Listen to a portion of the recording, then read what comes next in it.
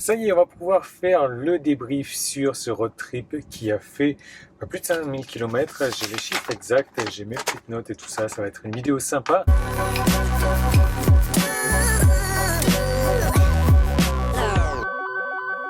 Alors déjà, premièrement, je tiens à te remercier d'avoir suivi toutes les vidéos du road trip. Je tiens à te remercier également si tu t'es abonné à la chaîne, si tu as activé les notifications, si tu as mis des pouces en haut, si tu as mis des commentaires. Si c'est pas encore le cas, je t'encourage à le faire rapidement. Donc ce road trip, on l'a vécu ensemble. C'était vraiment sympa, j'ai apprécié partager ça. Et je prévois de partir encore sur plusieurs road trips. Un prochain road trip, ça va être Annecy. Un autre road trip, ça va être l'Italie. Un autre road trip, ça va être Montpellier. Ça va être de petits road trips, mais néanmoins, on va pouvoir checker ensemble différentes manières de se recharger à surtout moindre coût, différentes manières de voyager également. Donc pour ce road trip là, on a fait 5319 km, donc je dirais un peu plus même, 5340 on va arrondir, mais bon à 20 km près ça change pas grand chose, c'est juste que j'ai oublié de mettre le compteur du road trip à 0 et j'ai pensé sur la route, donc entre temps j'ai roulé 15-20 km. Donc 5319 km si tu préfères, 770 kWh de consommé et une moyenne de 145 Wh par kilomètre, ce qui sous-entend 14,5 Wh ou kilowatts ou j'en sais trop rien pour 100 km. Donc au niveau des recharges, ça m'a pas coûté grand chose. J'ai plus payé en péage que en recharge. En péage, ça m'a coûté 116,25 € parce que oui, j'ai pris le péage quelques fois et je vais t'expliquer ma stratégie dans un instant pour prendre les péages. Et au niveau des recharges, ça m'a coûté 37,10 € plus 6,50 €. Alors pourquoi je dis plus 6,50 € parce que je me suis fait avoir là-dessus et pour un total donc de 43,60 € de recharge donc pour 5320 km. Ce qui fait à peu près 82 centimes d'euros pour 100 km. C'est vraiment pas grand chose et je vais t'expliquer donc ma stratégie si tu l'as pas vu au niveau de ce road trip. Déjà ma stratégie c'est de faire peu d'autoroute, mais là-dessus j'y reviendrai un petit peu plus tard encore. Alors, tout à l'heure je t'ai dit recharge 37,10 € plus 6,50 €. 6,50 €, je me suis fait avoir parce que j'ai pris un hôtel qui se disait avoir une borne de recharge et en plus il disait avoir une borne de recharge gratos et donc j'ai choisi cet hôtel là. Je me suis dit allez je vais payer un petit peu plus cher mais ça va me permettre de me recharger, je vais pouvoir visiter un petit peu la région. Donc effectivement, c'était un hôtel, c'était plus une chambre d'hôte, c'était sympa, un gîte, et il n'avait pas de borne de recharge, mais je pouvais me brancher donc sur la prise secteur en 3 kWh. Donc j'ai rechargé comme ça la première nuit, je suis arrivé donc à 30% ou peut-être un peu moins, je suis rechargé jusqu'à 100%, je suis allé visiter le lendemain, je suis revenu à 50 ou peut-être moins de 50%, je me suis rechargé encore la nuit pour repartir à 100%. Donc j'ai fait 2 recharges complètes et à la fin du séjour, il me demande alors du coup vous avez consommé combien? Je lui dis voilà, j'ai chargé la batterie à peu près pour 50-55 kWh. Il m'a dit bon ben je vais vous compter 13 centimes du kilowattheure. Donc il a sorti sa calculatrice et là il m'a sorti donc ça fait 6,50 €. Bon, ça reste pas cher.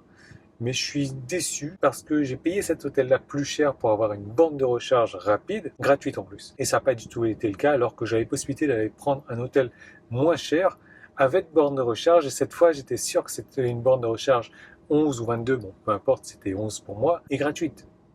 Dégoûté du coup. Donc au niveau de ma stratégie de recharge gratuite, j'ai principalement utilisé les centres commerciaux. Certes, ça prend un peu plus de temps à se charger, mais franchement, ça permet de se reposer, ça permet de dégourdir les jambes, ça permet de surtout faire une pause restaurant, de se remplir un petit peu la panse pendant que la voiture se remplit également. Et puis encore une fois, je suis pas pressé quoi. C'est vraiment le voyage qui compte et non pas la destination. Donc on m'a posé souvent la question comment est-ce que je fais pour retrouver les bornes gratuites, comment est-ce que je fais pour savoir quel centre commercial a une borne gratuite également.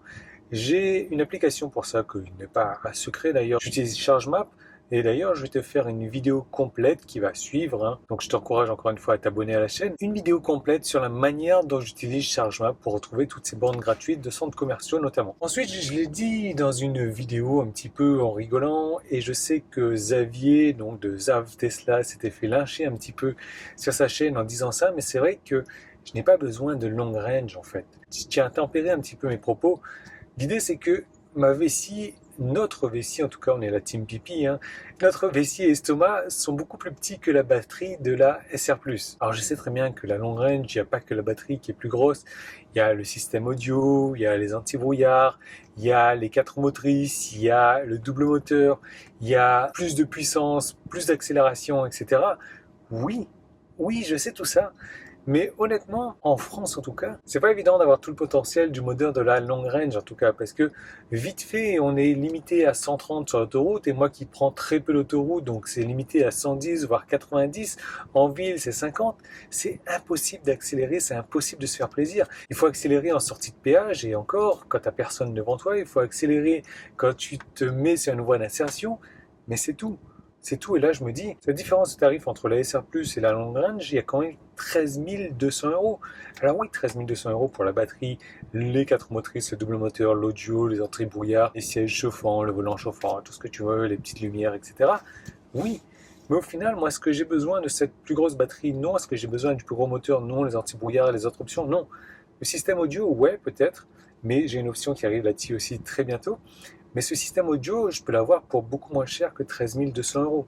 Donc voilà pourquoi est-ce que je dis que moi finalement je n'ai pas besoin de long range, en tout cas pas pour l'utilisation que j'en fais, très peu d'autoroute, et je m'arrête plus souvent que ce que la voiture me demande de m'arrêter pour les recharges. Donc avec un petit peu de recul aujourd'hui, je me dis si je devais refaire ce road trip, donc de 5300 km on va dire, est-ce que je changerais quelque chose aujourd'hui?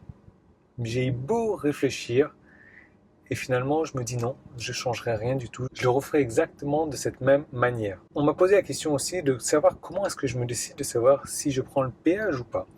Alors c'est très simple, je fais un calcul rapide dans ma tête et je me dis ok, le péage que je vais prendre, si je gagne une heure et que ça me coûte moins de 12 euros, alors dans ce cas-là c'est ok.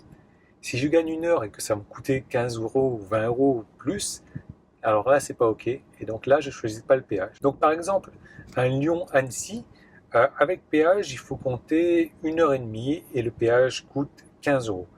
Sans péage, il faut compter presque 3 heures et demie. Donc tu vois, j'économise 2 heures de route et je ne paye que 15 euros au final. Donc là, je prends. D'ailleurs, je t'encourage encore une fois à t'abonner à la chaîne parce que j'ai prévu ce parcours-là et tu vas voir, c'est vraiment sympa. Certaines personnes vont se dire, oui, mais quand même, le péage c'est plus rapide, etc. Oui, je suis d'accord.